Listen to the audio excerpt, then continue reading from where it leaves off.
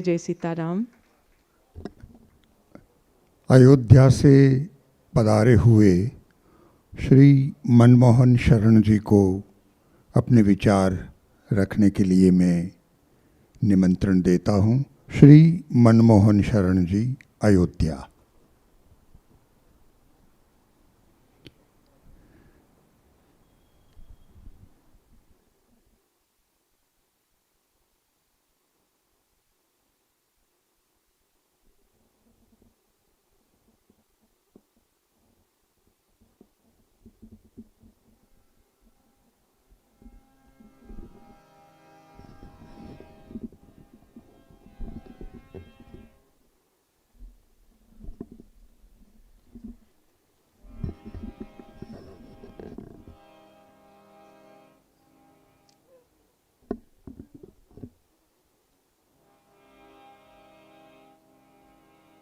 श्री हरिशरणं मम, श्री हरिशरणं मम, श्री हरिशरणं मम। ओम नमः परमहंसास्वादित चरण कमल चिन्मकरंदाय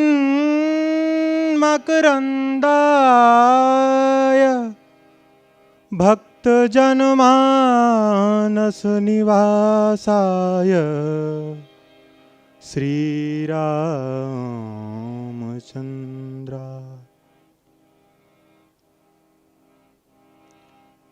श्री गुरुपद नख मणिगण ज्योति सुमिरत दिव्य दृष्टि ही होती।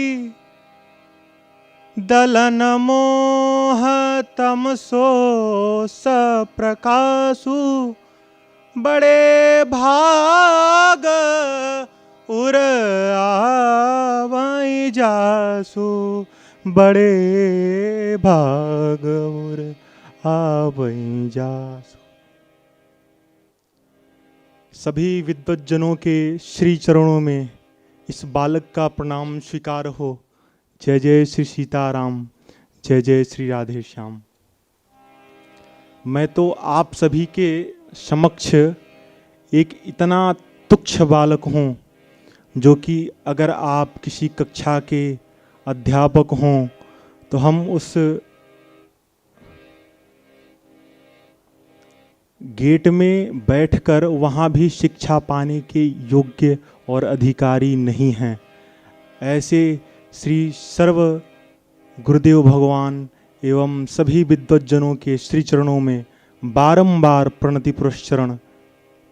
और हमारे सभी लोगों के सबसे रसिक श्रोता परम पूज्य अनंत श्री समलंकृत श्री मनमानसीय विग्रह स्वरूप श्री बापूजी, आपके श्री चरणों में बारंबार प्रणति पुरस्चरण। मानस में भी तुलसी जी ने ऐसा ही कुछ उद्धृत किया है जो शायद केवल और केवल यहाँ मेरे लिए ही है। जो बालक कह तो तरी बाता, सुनहि मुदित मन गुरु पितु माता। यहाँ पर सभी लोग कुछ वैसे ही विद्यमान हैं, सभी गुरु सभी पितृकल्प हैं। हम तो एक अत्यंत ही तुच्छ बालक। अतः जो भी हमारे से गलती हो, जो भी हम आपको सुनाना चाहते हैं, हमारे साथ बने रहने का प्रयास करें। आगे श्री हरि इच्छा।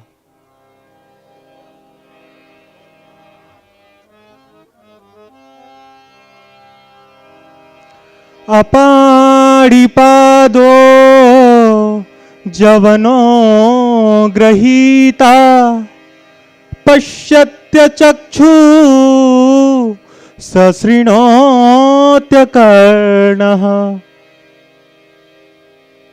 वेद्यं च वेत्ति न च तस्यास्ति वेता, तमाह आहुरग्र्यं पुरुषं महांतम। जब इस सृष्टि में कुछ भी उत्पन्न नहीं हुआ था, जब हम केवल परम पुरुष की अर्चना किया करते थे, जिसको वेदों ने वर्णन किया यदन्नेति तदन्नेति, उसी का उपनिषदों ने भाष्य दिया जो हम अभी श्लोक आपके सामने उद्धृत किए, और इसी को श्रीमद् मानसकार ने, श्री तुलसी जी ने बड़े ही सरल भाव में, आप सभी बड़े ही रसिक श्रोता हैं, कर बिनु कर्म करे विधि आना, ये वाली जो पंक्ति है इसी का भाष्य हुआ था। हम आपको दशम स्कंद के 21वें अध्याय के 14वें श्लोक में ले जाना चाहते हैं। वहां पे भी कुछ अद्भुत हुआ है। हम सभी यहाँ श्रावण मास में विराजमान हैं। कथा श्रवणार्थ श्री तुलसी जन्मोत्सव में भाग लेने के लिए हम सभी यहाँ उपस्थित हुए हैं। ये श्रावण महात्म्य है, आप सभी जानते हैं ये श्रावण महात्म्य। और ये श्रावण मास अपने आप में इतना रसमयी है, इतना रसीला है, तो हम सभी को भी उसी रस में रहना चाहिए। इसी रस सृष्टि के लिए आपको आगे ले चलते हैं। वहाँ पर एक समाधि भाषा है। जब हमारे सृष्टि जगत में एक भी काव्य मानिषाद प्रतिष्ठान त्वगमः शाश्वती समाह यत् क्रौंच मिथुनादिकम अवधि काम मोहितम, इसके पहले जब कुछ भी सृष्टि नहीं भई थी, तब के परम पुरुष कैसे थे और कैसे कैसे उनका विकास किया गया। वहाँ पे एक श्लोक है दशम स्कंद के 21 के 14वें श्लोक में, प्रायो बताम्ब विहगा मुनयो वनेस्मिन् कृष्णेक्षितं तदूदितं कलवेणुगीतम् आरुह्य ये द्रुमभुजान् रुचिर प्रवालान् शृण्वन्त्यमीलितदृशो विगतान्यवाचः। जहाँ पे सारी वाणियाँ मूक हो जाएं, जहाँ हमारी अवस्था समाधि अवस्था को प्राप्त हो जाए, ऐसे श्री कृष्ण चंद्र जी जब वृंदावन के पथ पर अपने मार्ग को रखते हैं, तो वहाँ वृंदावन वल्लरी कुंज में उपस्थित सारे विहगजन अपने वाचा को और अपने श्रवणेन्द्रिय को एकाग्र कर मिलित दृश्य, उनकी आंखें बंद हो जाती हैं और वो समाधि भाषा को प्राप्त हो जाते हैं। कैसी समाधि भाषा? ये विहग कोई और नहीं, ये स्वयं स्वयं जिनका अवार्ड हम सभी यहाँ लेते हैं, जिनका नित्य आनंद लेते हैं, श्री तुलसी, श्री व्यास और श्री वाल्मीकि वहाँ विहग रूप में समाधि भाषा को प्राप्त हैं। और वहीं जब समाधि भाषा जब लेखनी विन्यास में उपस्थित होती है, तो वहीं लेखनी विन्यास श्रीमद् भागवतम, श्रीमद् वाल्मीकि रामायण और श्रीमद् रामचरितमानस के रूप में प्रकट होता है। इसी लेखनी विन्यास के आधार पे हम सभी कुछ दर्शन करें, कुछ रसमयी। रसमयी में क्या दर्शन करें, इस पक्ष पे अगर विचार करें तो यहाँ तो सब सुधी जन ही बैठे हैं, परम रसीलो, केवल और केवल रस पक्ष। कैसा रस पक्ष? तो रस पक्ष के लिए तो गोपियों को ही याद करना पड़ेगा। ये सब गोप वृंद, हम सब गोप वृंद। इसका तो लौकिक स्पष्टीकरण यहीं उपस्थित है। हम सभी को ये चादर मिली हुई है, और चादर किसको मिलती है? चदरिया ओढ़ ले प्राणी, तुझे प्रियतम घर जाना है। तो हम सभी नित्य प्रियतम के रास विलास में प्रस्तुत होने के लिए ही इस जीवन को धारण किए हैं। तो आइए आपको ले चलते हैं। लेखनी विन्यास में जब व्यास जी से किसी ने पूछा,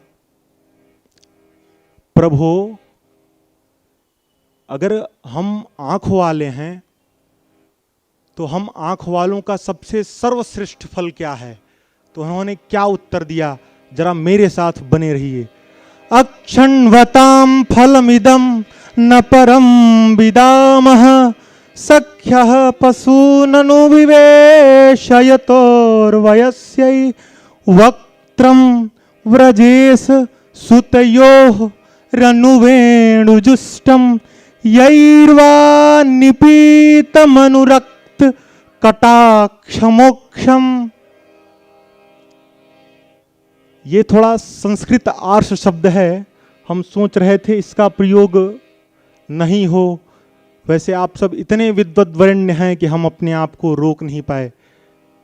इसमें व्यास जी ने बताया कि हम आँख वालों को दर्शन का अगर सबसे परमाधार कोई है तो मात्र है ब्रजेश सुतयोः अनुरक्त होकर कटाक्ष मोक्ष का, दिन रात निपीत निशेषेण पीतम, संपूर्ण रूप से इन आँखों से पी जाना, यही इस जीवन का लक्ष्य होना चाहिए। किनको पीना है, वहां उत्तर दिया व्रजेश सुतयोः, ब्रजेशस्य सुतयोः, ये द्विवचनांत प्रयोग है, आप सभी विद्वज्जन हैं जानते हैं। व्रजेश सुतयोः, व्रजेश सुतः अर्थात श्री नंदनंदन प्रभु श्री कृष्ण और व्रेशस्य सुता तयोः अर्थात श्री वृषभानुजा श्री राधा, ऐसे श्री प्रिया प्रियतम के श्री मुखारविंद को अपने नैनारविंद में हमेशा दर्शन का पात्र बनाए रहें, उन्हीं को पीते रहें, यही हमारी मनोभावना है। अब इसी रस पक्ष के श्रृंगार में श्री वाल्मीकि जी ने वर्णन किया कैसे हैं प्रभु हमारे। जब वाल्मीकि ने अपनी समाधि खोली तो वहां पे उन्होंने लेखनी विन्यास किया। इच्छा कुवंश प्रभवो राम नाम जनै श्रुतः नियतात्मा महावीर्यो द्युतिमान धृतिमान वसी बुद्धिमान नीतिमान वाग्मी श्रीमान शत्रु निबर्हणः विपुलांसो महाबाहो कंबुग्रीवो महाहनुः महेरस्को महेश्वासो गूढ़जत्रुररिन्दमः अजानुबाहुः सुशीराः सुललाटः सुविक्रमः समः समविभक्तांगः स्निग्धवर्णः प्रतापवान पीनवक्षाः विशालाक्षो, यही है हमारा केंद्र। विशालाक्षो, कैसी विशाल आंखें हैं प्रभु की, तो आगे बताया लक्ष्मीवान विशालाक्षो, अर्थात प्रभु के उन विशाल विशाल बड़े बड़े कटीले नयनों में हमेशा श्री हमारी प्रियाजू हमेशा विद्यमान रहती हैं। ऐसी आंखों को हम दिन रात निपीत मनुरक्त कटाक्ष मोक्षम, दिन रात किया करें। इसी भाव को श्री हुलसी नंदन श्री तुलसी जी ने बड़े ही रसमयी ढंग से और बड़े ही आनंदमयी भावों में व्यक्त कर दिया। आप सभी जानते हैं सबसे सर्वव्यापक नव कंज लोचन कंज, लोचन कैसा है, नव कंज, ये कंज क्या है, पद्मासने समुपतिस्थित विराजमानम, ये पद्मासन, ये पद्मजा, ये कौन है, ये कोई और नहीं हमारी श्री राधा सर्वेश्वरी जी यही है नव कंज, जिनके आंखों में हमेशा यह प्रिया प्रियतम विलास के इच्छुक श्री राधा सर्वेश्वरू विराजमान रहती हैं। ऐसी प्रभु के आंखों को अनुरक्त कटाक्ष मोक्षम निपीतः, ऐसा हमेशा करना चाहिए। आइए इसी भाव को एक आज के नवीन श्रृंखलामयी में वर्णन करते हैं और कुछ आनंद लेने का प्रयास करते हैं। एक छोटा सा पद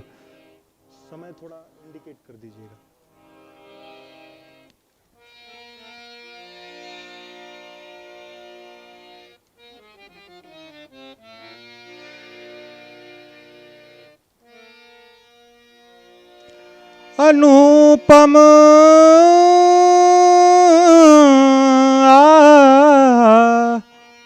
अनुपम माधुरी जोड़ी हमारे श्याम श्यामा की। अनुपम माधुरी जोड़ी हमारे श्याम श्यामा की। ये जोड़ी अनुपम क्यों है? अगले लाइन में उन्होंने वर्णन किया, रंगीली रंगीली रस भरी अखियां हमारे श्याम श्यामा की।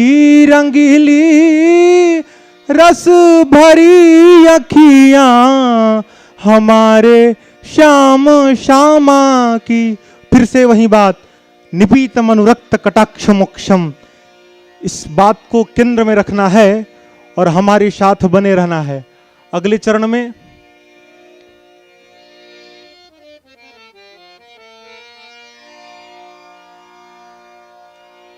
कटीली भावदाकारी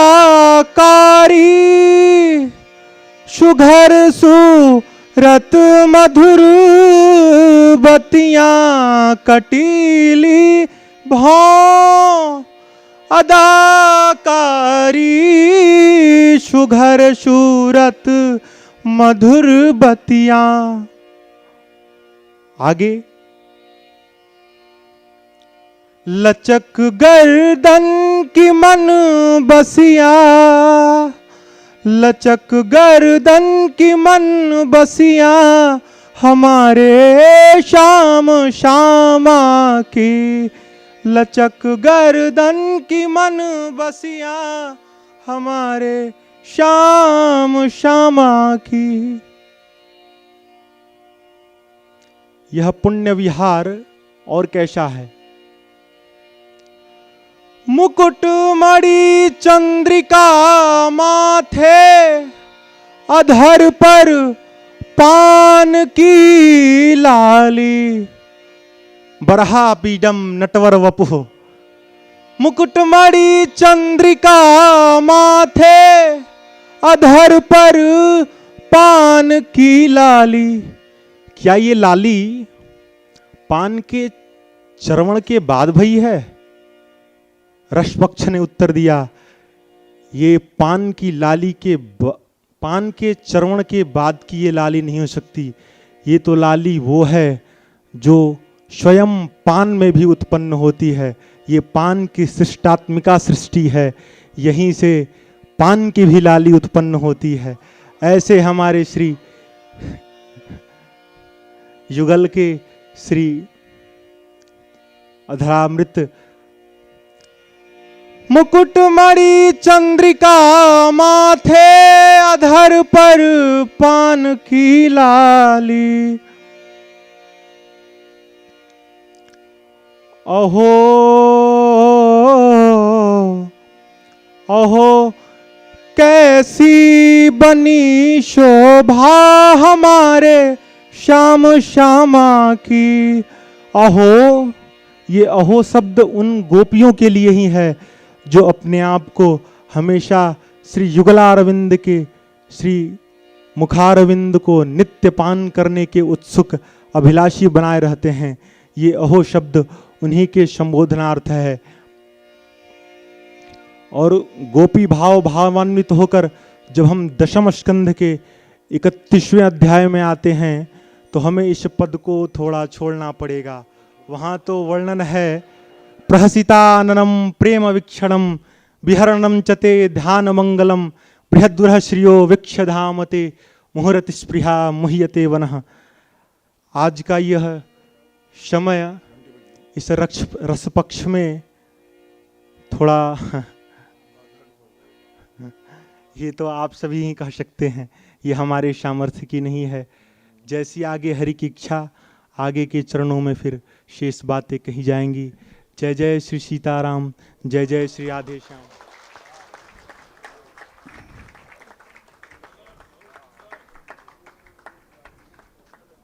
श्री मनमोहन शरण जी, आपने शुरू किया तब से आखिर तक सारे श्रोता आपके साथ बने रहे। आप बार बार कहते थे कि मेरे साथ बने रहे, शुरू से अंत तक। और वैसे कहूँ तो हम दोनों की स्थिति समान है। आप कहते हैं कि कोई विद्यालय के गेट पर बैठने के मैं लायक हूँ, तो अब